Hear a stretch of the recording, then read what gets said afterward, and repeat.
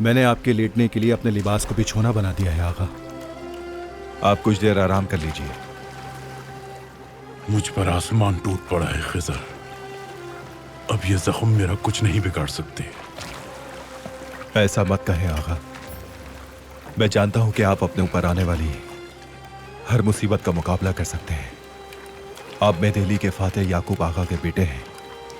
आप हमें सहारा देने वाला एक तनावर शजर है।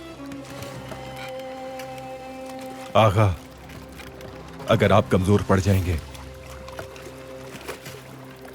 तो हमारा सहारा कौन बनेगा? मेरे पास किसका सहारा है? जब मैं सीना तान के खड़ा था तब मेरे भाई तन्हा छोड़ के चले गए मुझे। उन्हीं भाइयों की वजह से मेरा बेगुनाह खानदान मुझसे बिछड़ गया।